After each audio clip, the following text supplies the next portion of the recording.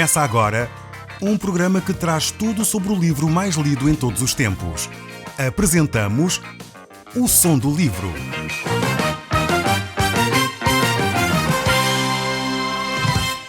Seja muito bem-vindo. Neste podcast vai encontrar o livro mais conhecido e lido em todo o mundo. Vamos levá-lo numa viagem pela história da humanidade. Este é um audiolivro para si, para a sua família e sociedade em geral. Contextualização e comentários de Paulo Chaveiro. Começámos a olhar para o livro de Deuteronômio e falámos que este livro era algo extremamente precioso. Vimos como Moisés começou a falar sobre o grande fiasco que foi a geração anterior. Foi uma geração que optou por se afastar das promessas de Deus. E por essa razão, essa mesma geração peregrinou durante 38 anos no deserto. E por que é que isto aconteceu? Foi exatamente por causa de uma atitude do coração do povo. Porque eles tomaram uma decisão de fazer a sua própria vontade. Este erro que o povo cometeu teve as suas grandes consequências. Toda aquela geração pereceu no deserto. E no fundo, todas as nossas decisões têm consequências. Quando nós tomamos uma decisão de voltarmos as costas à palavra de Deus, de voltarmos as costas às promessas que Deus tem para nós, inevitavelmente nós vamos sofrer as consequências das nossas decisões. Assim também este povo tomou uma decisão de se afastar das promessas de Deus e por essa razão padeceram 38 anos no deserto. E Moisés vai relembrar, no fundo, esta decisão que o povo tomou.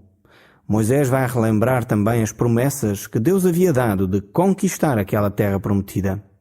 Nós vamos então olhar para o livro de Deuteronômio e continuar a ver a partir do verso 30. Se você tiver a sua Bíblia, eu convido a abrir neste momento a sua Bíblia no livro de Deuteronômio, capítulo 1, e vamos ler a partir do verso 30. Diz assim a palavra de Deus: O Senhor vosso Deus, que vai sempre à vossa frente, combate por vocês, tal como fez no Egito, e vocês foram testemunhas. Estas promessas aqui que Deus faz ao povo de Israel, as faz porque Ele de facto quer acompanhar o seu povo. Deus é aquele Deus que não despreza o seu povo. Muitos destes jovens que estavam ali, agora depois desta peregrinação do deserto, eles tinham presenciado a libertação que Deus havia feito ao povo de Israel enquanto eles estavam ainda cativos no Egito. E então é necessário que eles se lembrem exatamente desta ação de Deus, deste livramento de Deus, da forma que Deus agiu para com o povo de Israel. Eles tinham sido conduzidos até aquele lugar ali onde eles estavam de novo, e Josué e Caleb tinham sido aqueles espias que tinham ido à terra e tinham promovido, digamos assim, com entusiasmo que o povo deveria tomar posse das promessas de Deus. No entanto, os outros espias que tinham ido também desmotivaram o povo, disseram que não vamos fazer isso, não devemos entrar na terra prometida, há gigantes, há problemas tremendos para enfrentar e nós não queremos entrar nessa terra prometida. E certamente alguns destes homens que estavam ali, mulheres que estavam ali a ouvir Moisés, estavam a viver nas suas mentes estes momentos em que eles presenciaram, momentos que eles viram a ação de Deus acontecer. Pela fé eles poderiam ter sido vitoriosos, pela fé eles poderiam ter tomado posse das promessas de Deus, mas eles optaram a afastar-se. No fundo, Deus diz-nos o mesmo a cada um de nós, que nós em Cristo somos mais que vencedores, por aquele que nos amou. Outro texto da palavra de Deus é: se Deus é por nós, quem será contra nós? No entanto, estas promessas de Deus, estas afirmações de Deus para si e para mim, muitas vezes são postas de lado por nós. Nós desprezamos as afirmações de Deus, aquelas promessas de que Deus estará sempre conosco até à consumação dos séculos. Por vezes nós pensamos que Deus nos abandonou. Necessitamos, como este povo, ser relembrados dos feitos de Deus. Necessitamos de olhar de novo para Deus e perceber que Deus está ao nosso lado. Deus não nos desamparou. Deus nos quer conduzir de novo à terra prometida. Deus nos quer trazer a paz e a alegria para inundar o nosso coração. Mas nós precisamos de ter uma atitude de receptividade à palavra de Deus. Vamos ouvir ainda o que diz este texto aqui em Deuteronômio e vamos ver o verso 34. Ao ouvir as vossas críticas, o Senhor indignou-se e jurou que nem uma só desta geração infiel havia de chegar a ver a maravilhosa terra que tinha prometido dar a vossos pais. Só Caleb, filho de Jefuné, é que havia de ver. E ele e os seus descendentes é que o Senhor daria a terra que ele tinha pisado, porque tinha sido íntegro diante do Senhor. O Senhor irritou-se também contra mim por causa de vocês e disse-me: Tu também não entrarás naquela terra. Josué, filho de Num, que é o teu ajudante, esse sim, dá-lhe coragem, pois ele é que há de levar Israel a tomar posse dela. As vossas crianças, que vocês davam como vítimas certas dos inimigos, e os vossos filhos que ainda não distinguem o bem do mal, esses é que hão de herdar. A eles é que eu dou essa terra e eles tomarão posse dela. Quanto a vocês, voltem de novo para o deserto e caminhem em direção ao Mar Vermelho. Aqui neste texto que nós acabamos de ler, vemos como Josué e Caleb são as duas únicas personagens com mais de 20 anos que irão tomar posse da terra prometida. Eles não vão tomar posse por causa de serem tipo super-homens ou porque têm força mais do que os outros. Não. Eles vão tomar posse desta terra simplesmente porque creram nas promessas de Deus e porque viveram estas mesmas promessas no seu íntimo. De resto, todos os outros que puderam entrar na terra prometida foram aqueles com menos de 20 anos. Todos esses, então, puderam entrar na terra prometida. Eram exatamente aqueles que o povo diziam que não tinham forças para conquistar a terra. Era exatamente aqueles que eles diziam: não, os nossos filhos vão morrer às mãos desses inimigos. Mas Deus disse: serão eles mesmos que vão herdar a terra prometida.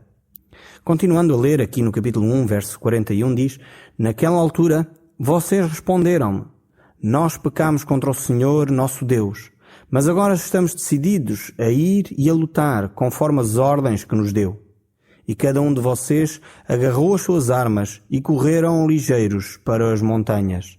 Mas o Senhor disse-me: avisa-os que não vão combater, para não serem vencidos pelos inimigos, porque eu não estou do vosso lado. Eu avisei-vos, mas vocês não me quiseram ouvir, e contra a ordem do Senhor subiram muito confiantes em direção à montanha. Porém, os amorreus que lá viviam saíram ao vosso encontro, perseguiram-vos como vespas desde sair até Ormá, e derrotaram-vos. Quando vocês voltaram, foram-se queixar diante do Senhor, mas Ele não ouviu as vossas queixas, nem vos deu ouvidos. Por isso é que vocês tiveram que ficar assim tanto tempo em Cádiz. Vemos estes relatos dramáticos aqui de um povo que constantemente está a fazer coisas contrárias à vontade e às orientações de Deus. Deus primeiro diz para eles entrarem na terra prometida e eles desobedecem dizendo: não, nós não vamos entrar. Depois Deus diz: não, agora não entram na terra prometida, e o povo diz: não, nós vamos entrar. Parece mesmo aquela história daquele que está sempre contra, não é? Mesmo quando os outros estão contra, ele é a favor. Então aqui é a atitude deste povo. Nunca está em sintonia com Deus. E é exatamente por isso que Deus leva este povo para o deserto, para que eles possam experimentar um relacionamento diferente com Deus. No fundo, de acordo com as decisões que eles próprios haviam tomado. Estas decisões de voltar as costas a Deus. Muitas vezes as pessoas agem desta forma. Trabalham na dependência da sua própria carne, da sua própria vontade, e por essa razão, às vezes os resultados são a derrota, são tremendos abatimentos espirituais, porque as pessoas não estão a cumprir aquilo que Deus havia desejado para eles. Deus diz uma coisa e a pessoa faz outra. No verso 45 vemos que eles choraram e voltaram-se para o Senhor, porém o Senhor não os ouviu. E porquê é que Deus não os ouviu? Porquê é que Deus não ouviu o lamento do povo? Porque o seu choro não era de arrependimento. Não era de uma tristeza profunda por causa da sua desobediência. Eles choravam apenas porque tinham recebido uma derrota na batalha. Deus não ouve simplesmente este tipo de lamento. O povo não estava arrependido da sua desobediência, dupla desobediência. Não, eles estavam tristes porque tinham perdido a batalha. E às vezes nós somos assim, dirigimos-nos a Deus chorando amargamente, mas não o nosso pecado. Choramos amargamente, mas as derrotas, talvez as situações onde nos encontramos, a tristeza que invade o nosso coração tem mais a ver com as circunstâncias do que com a consciência de que pecamos e como tal estamos a ceifar aquilo que nós semeamos. Aqui o povo estava a vivenciar esse tipo de choro e por isso Deus de facto não, podemos dizer com muitas aspas, Deus não se comoveu. Porque o povo e o choro do povo não era um choro de arrependimento. O povo não estava arrependido da sua desobediência à palavra de Deus. Voltando aqui ao capítulo 2 do livro de Deuteronômio, o verso 1 diz: Fomos então de novo para o deserto, em direção ao Mar Vermelho, tal como o Senhor me tinha mandado, e passamos muito tempo à volta das montanhas de Seir. Um dia o Senhor disse-me: Já chega de andar à volta destas montanhas. Dirijam-se para o norte. E avisa o povo de que vocês vão passar pelo território dos vossos parentes, os descendentes de Esaú, que habitam na região de Seir. Ainda que eles tenham medo de vocês, tenham muito cuidado. Não entrem nem lutem com eles, pois eu não vos dou nem um palmo da sua terra, porque dei as montanhas de Seir à família de Esaú. Comprem-lhes com o dinheiro o que precisarem para comer e a água de que precisarem para beber. O Senhor teu Deus abençoou todos os teus empreendimentos e tem acompanhado o teu caminhar por este deserto interminável. Há 40 anos que Ele está contigo e nada te faltou ainda. Vemos inicialmente aqui o povo a rodear por muitos dias as montanhas de Seir. Esta questão de rodear as montanhas durante vários dias era de facto essa opção que o povo tinha tomado de voltar para trás, de voltar as costas a Deus. Depois vemos que o povo então passa pela terra de Esaú, um dos seus descendentes. E Deus dá ordens muito específicas e muito claras nessa passagem. Todos deveriam respeitar rigorosamente aquilo que era a possessão de Esaú. E se quisessem comer, se quisessem beber, então deveriam comprar a água e a comida àquele seu parceiro, àquele seu familiar ainda, podemos dizer assim. Em Deuteronômio, então, capítulo 2, continua no verso 7. O Senhor teu Deus abençoou todos os teus empreendimentos e tem acompanhado o teu caminhar por este deserto interminável. Há 40 anos que Ele está contigo e nada te faltou ainda. Nós relemos esta promessa aqui exatamente porque Deus tinha prometido estar com o povo. E Deus, apesar de disciplinar os seus filhos, porque Ele disciplina aqueles que ama, Ele não nos deixa perecer desnecessariamente. Isto é uma lição que nós devemos aprender. Quando nós olhamos para Deus, muitas vezes nós olhamos com o olhar de que Deus é um tirano, é um Deus maldoso. Isso provavelmente é porque não conhecemos Deus. Eu quero dizer que quanto mais me aproximo de Deus, quanto mais conheço a Deus, mais vejo que Deus é esse Pai amoroso, que nos acolhe nos seus braços. E quando Deus nos disciplina, é porque Ele nos ama, e não porque Ele é um tirano, ou não porque Deus nos quer mal. É exatamente a atitude que um pai amoroso tem para com os seus filhos. Quando eu tenho que disciplinar os meus filhos, é porque eu os amo, e se eu não os amasse, então provavelmente não os disciplinaria. Só me importo com as asneiras de alguém se essa pessoa não me diz nada. Se é um desconhecido e essa pessoa está a fazer uma coisa tremendamente errada, é possível que eu não diga nada, pois eu nem conheço aquela pessoa. Pouco me importo, digamos assim, entre aspas, se ela vai ou não ter êxito depois no seu empreendimento. Agora, quando é alguém que eu amo, quando é alguém próximo, quando é alguém que está ao meu lado, quando é o meu filho ou a minha filha, quando são de facto pessoas que eu amo muito, aí eu vou dizer: cuidado, não faças isso. Olha, se estás a trilhar este caminho, é perigoso para ti. Vou repreender, vou corrigir, vou até disciplinar. Nós muitas vezes temos um conceito de disciplina que pensamos que disciplina é algo que é errado. Dizer ao outro que ele deve corrigir é algo que não deveríamos fazer. E esta mentalidade que está lá no nosso subconsciente, por vezes leva-nos a não tomar atitudes com as pessoas que nós amamos. Inclusive, quando são familiares ou até pessoas que estão nas congregações, nós achamos que nas igrejas então não se deve disciplinar. Eu não vejo isso na Bíblia. Se nós nos amamos realmente, nós temos que ter essa intervenção na vida do outro. Quando nós olhamos para as Escrituras, vemos que a Bíblia diz que a igreja é um corpo e que os membros não são independentes uns dos outros. Se você está numa congregação, numa igreja, onde as pessoas têm cuidado por si, se preocupam consigo, então dê graças a Deus por isso. É ótimo. É necessário que, de facto, nós, nas congregações onde estamos, nos preocupemos uns com os outros e possamos dizer ao outro, olha, toma cuidado, tu estás a viver uma vida que te vai conduzir a uma situação perigosa, não continues por esse caminho, e ajudar o outro a corrigir esse seu trajetório. No fundo, foi o que Deus estava a tentar fazer com o povo de Israel. Deus levou este povo de volta para o deserto, para que eles pudessem experimentar o amor de Deus, o cuidado de Deus. Naqueles momentos mesmo difíceis, Deus estaria ali com ele. Deus não iria abandonar o seu povo. Eu gostaria agora de fazer um pequeno salto, neste mesmo capítulo 2, olhando para o verso 20.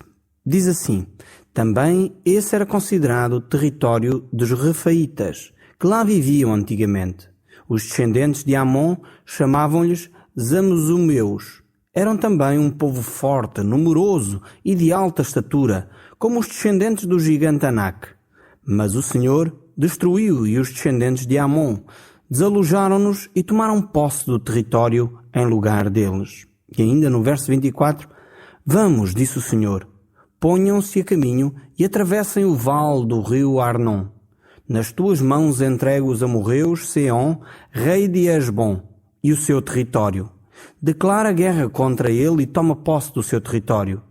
De hoje em diante, vou fazer com que todos os povos da terra tenham medo de vocês e vos respeitem.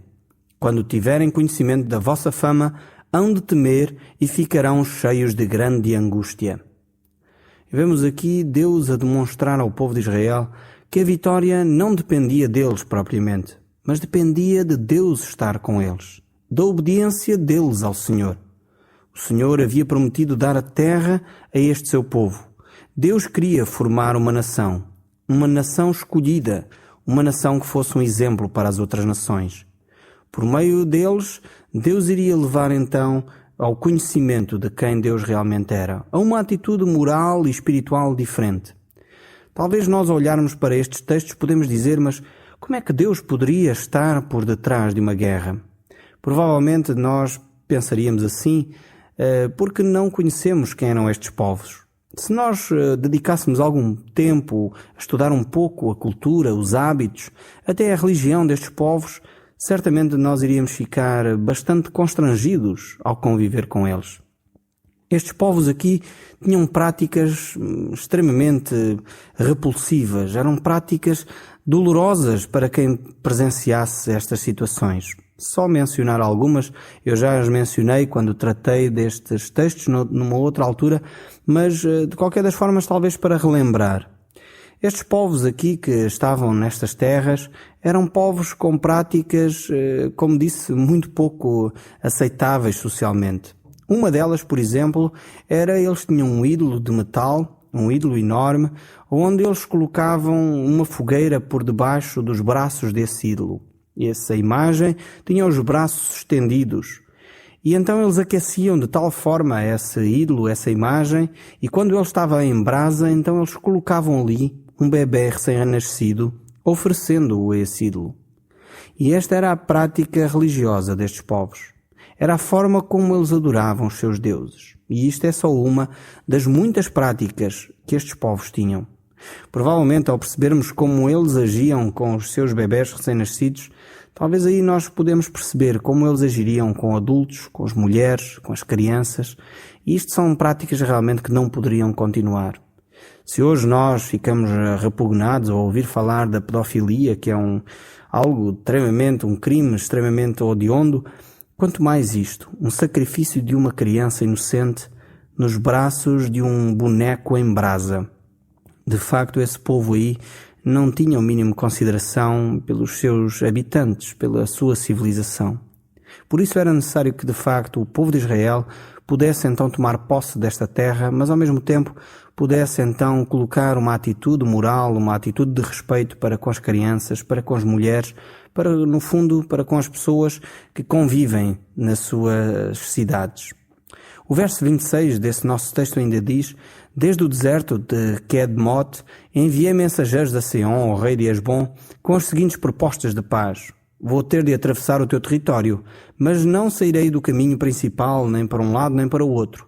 Deixem-me comprar aquilo que precisarmos para comer e para beber.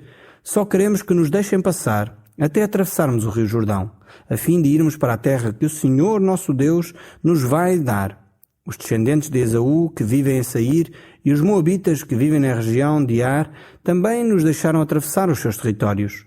Mas Seom, rei de Hesbom, não consentiu que nós passássemos. Foi o Senhor, o vosso Deus, que endureceu a sua mente e o seu coração, para assim o entregar nas vossas mãos, como ainda hoje é do vosso conhecimento. O Senhor disse: a partir de agora vou entregar a Seom e o seu país entre o seu território e tomem posse dele. Seom saiu ao nosso encontro com todo o seu exército para nos dar a batalha. Mas o Senhor nosso Deus colocou-o nas nossas mãos e nós derrotámo-lo, a ele e aos seus filhos e ao seu exército.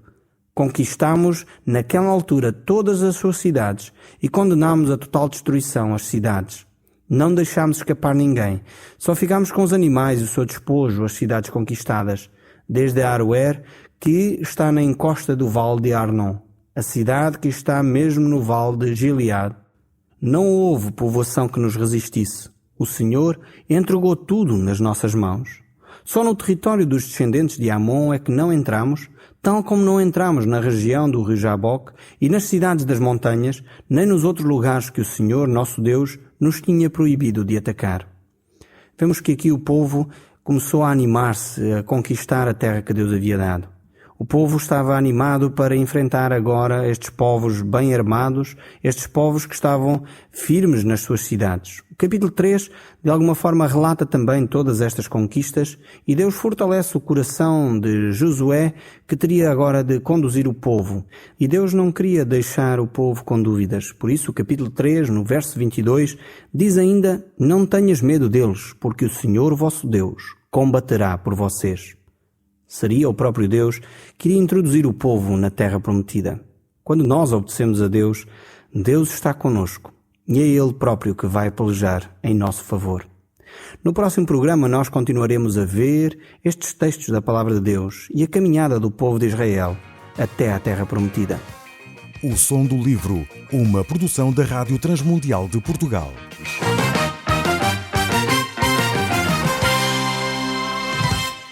RTM. Conhece todos os nossos programas em rtmportugal.org. Uma produção da Rádio Transmundial de Portugal.